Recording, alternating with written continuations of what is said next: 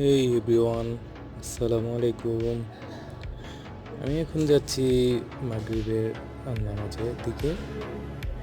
তো বিশেষ করে এই বিকেল টাইম মাগরিবের আগে আমার এই টাইমটা খুব ভালো লাগে বেরোতে। ঘুম থেকে বেরোলাম, সারাদিন কাজ করার পরে বাসায় এসে খাওয়া দাওয়া করে একটু শুই, তারপরে দেন বাইরে একটু ঘুরতে বেরোই।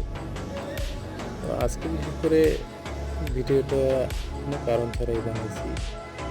তো এখন আমি মূলত নামাজ পড়তে বেরিয়েছি।